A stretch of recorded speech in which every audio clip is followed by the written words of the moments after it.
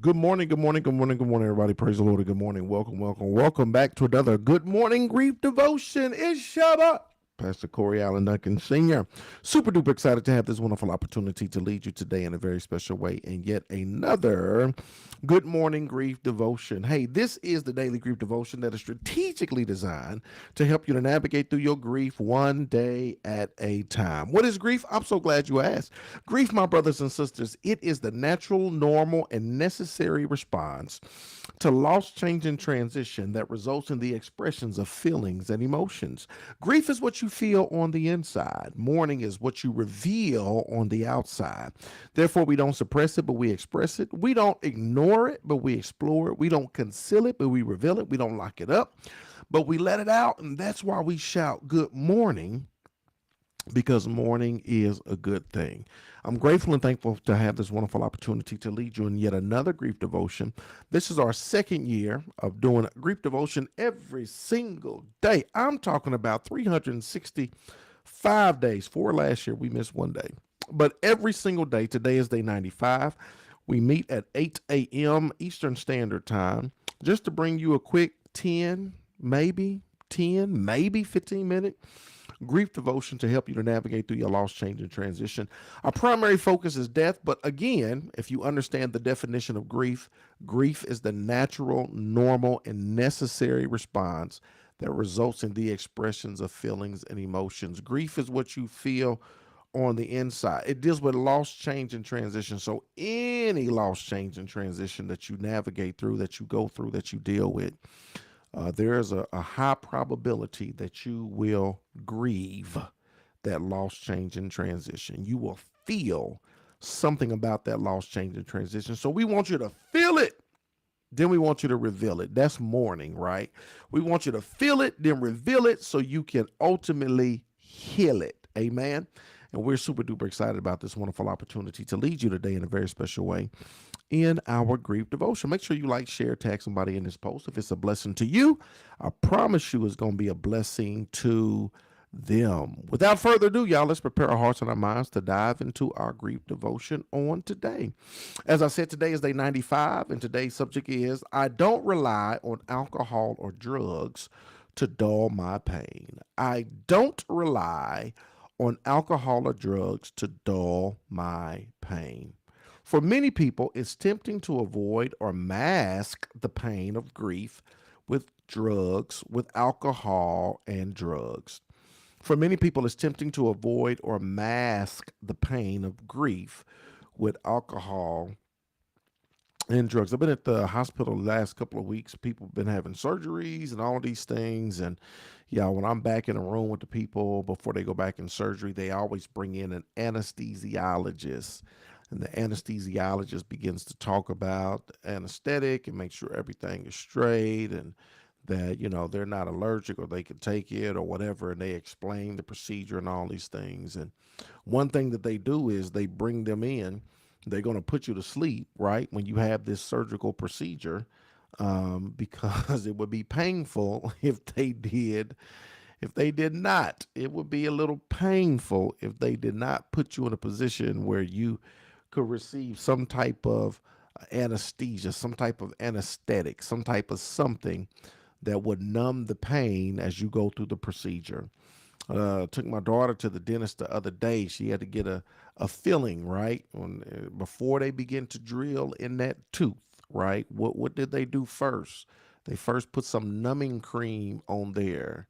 Then they took a needle and they stuck her with the needle. What was all of that for? It was to numb it so that when they got to drilling, she wouldn't feel the drill. Because what you don't want to do is feel the drill, right? It would be painful. So they got to numb it.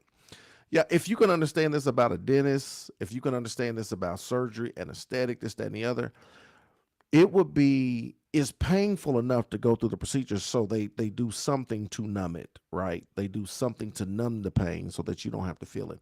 When you start going through grief, when you're navigating through your grief journey, it can be painful. It can be like surgery without the anesthetic. It could be like getting a tooth filled without the numbing properties, right? And so what we want to do, what we tend to do, because it can be so painful, we try to numb the pain. We want we want an anesthetic. We want alcohol. We'll utilize things like alcohol and drugs that will help to numb the pain of the child we lost, that will help to numb the pain of the parent we lost, that will help to numb the pain of the grandchild we lost, of the grandparent we lost, of the spouse we lost, of the brother or sister, the sibling we lost. We will try to do something to anesthetize the pain because it's so painful and we don't want to feel it. And so we attempt to numb it.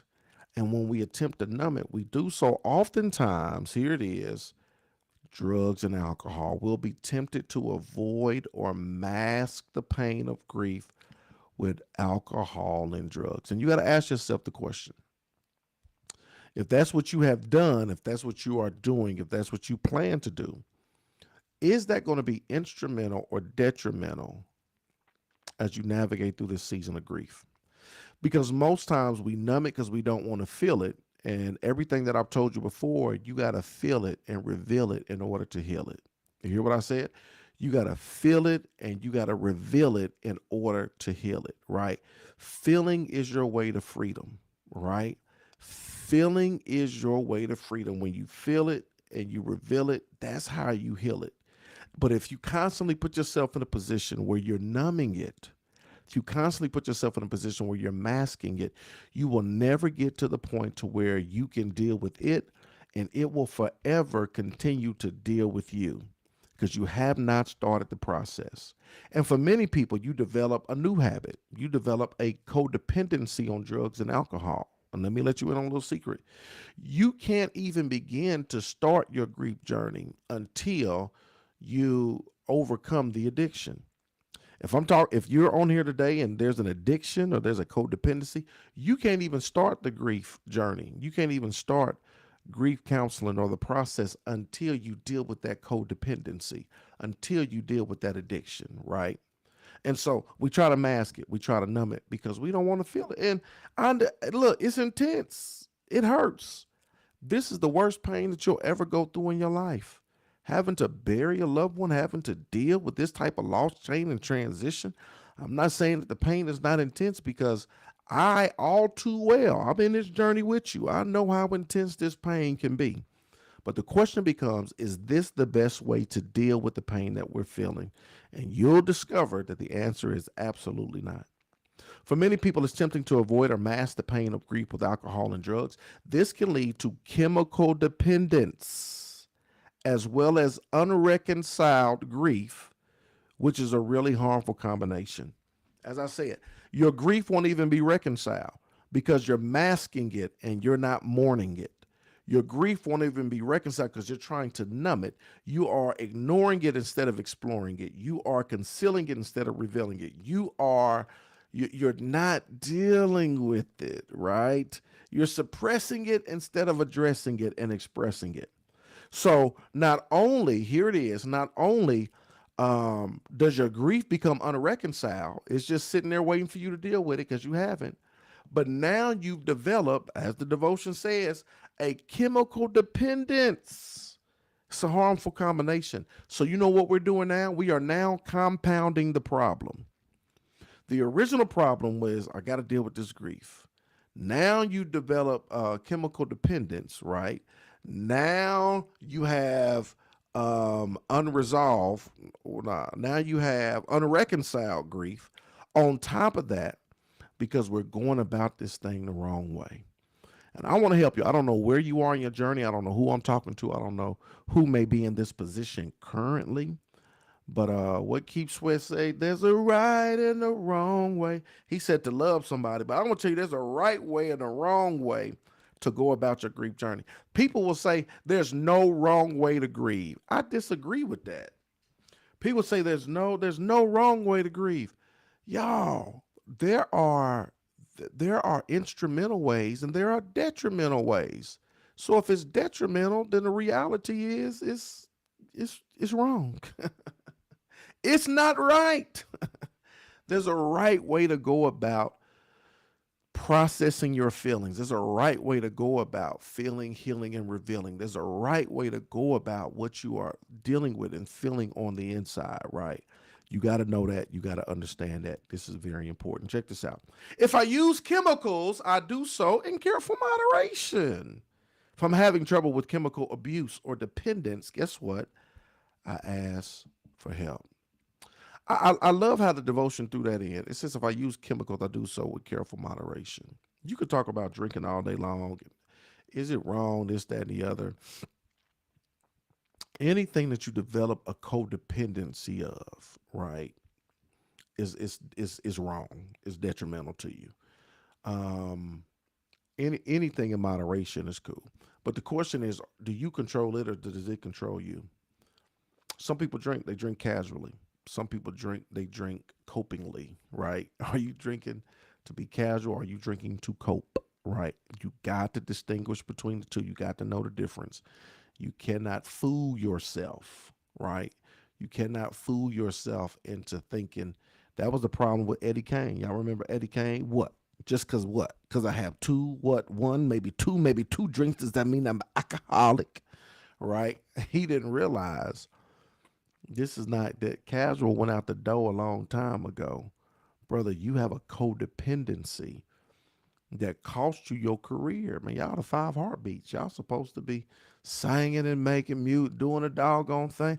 It cost you your judgment. You done got your manager killed. You done broke the group up. You done lost your lead singing. You turned to a life of crime, right?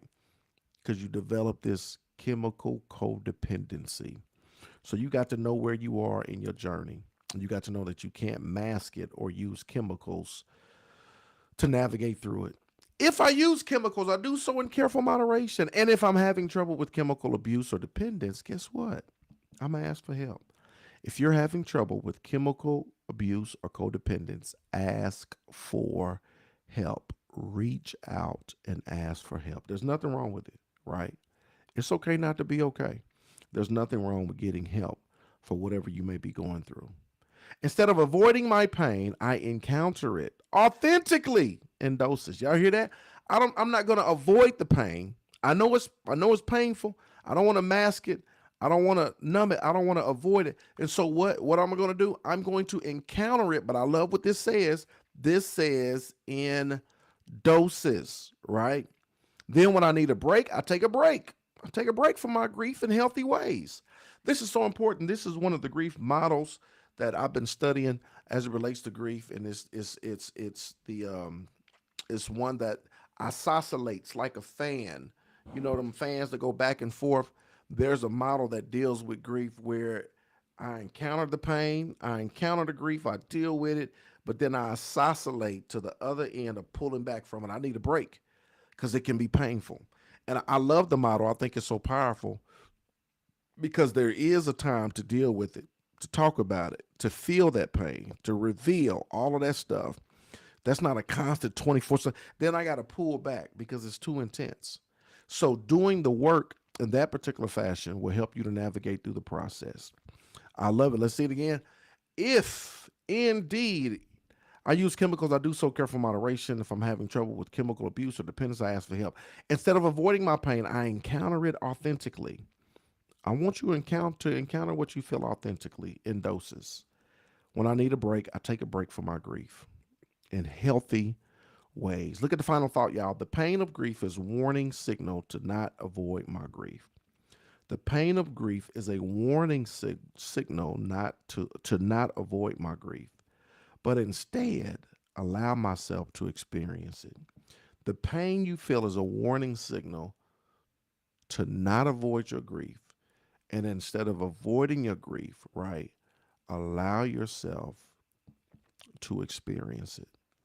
We're not going to avoid it. We're not going to evade it. We're not going to escape it. We're going to allow ourselves the opportunity to experience it, to feel it. You have to feel, reveal, so you can heal. Today, my brothers and sisters, is day 95. I'm hoping and praying that you will thrive.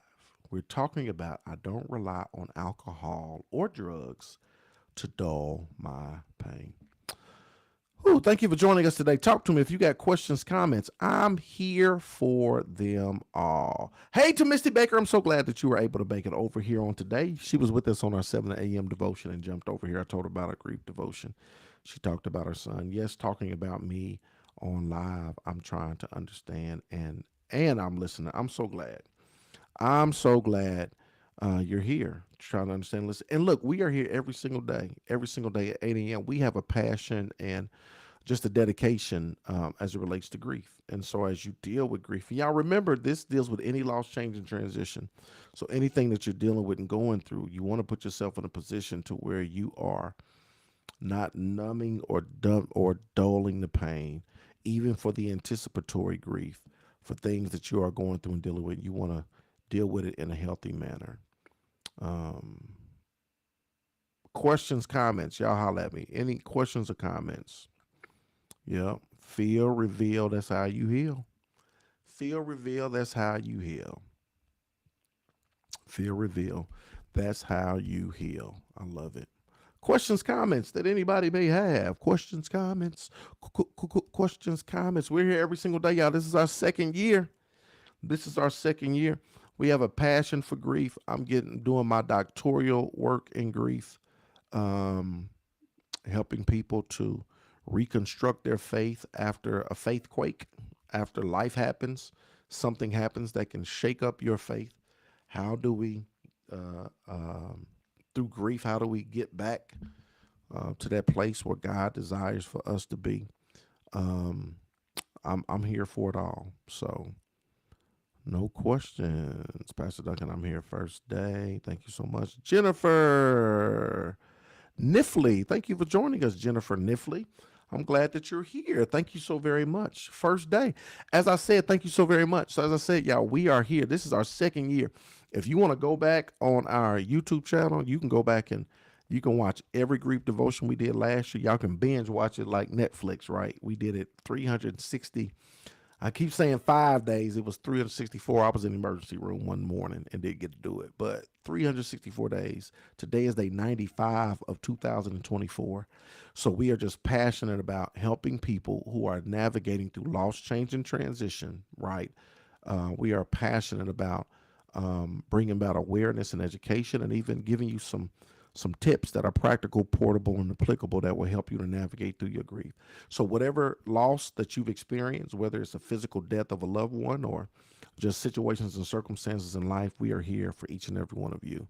And excited to have this opportunity. Brenda Colbert's Feel and Heal. Wow, Kelly's daughter. Hey, Brenda, I'm so glad you're here as well. Yeah, feel, reveal, and heal. That's the process we go through. So we're here every single day, 8 a.m. Eastern Standard Time, to help you to navigate through your grief. I'm so excited that y'all here. Just continue to tune in, y'all. Grief is something that doesn't go away. That's part of the reason we put this together. Most people will walk with you the first month or the first few weeks when somebody transitions. But what do? When you 3 weeks and 3 months and 6 months and a year and 2 and even 5 years removed, right? You haven't had the opportunity to unpack, or just you haven't had resources or things to continue to deal with what you're going through. And so we try to provide a safe place and safe space for you to be able to do just that. So I'm so glad y'all here. Thank y'all for joining us. Ain't no more questions coming through. Y'all, we here every single day, 8 a.m. Tune in. I look forward to helping y'all be a part of your grief journey. I love y'all with the love of the Lord. Hope y'all have a thriving Thursday. Pastor Duncan, we out. Hey, feel, reveal, heal. Let's go.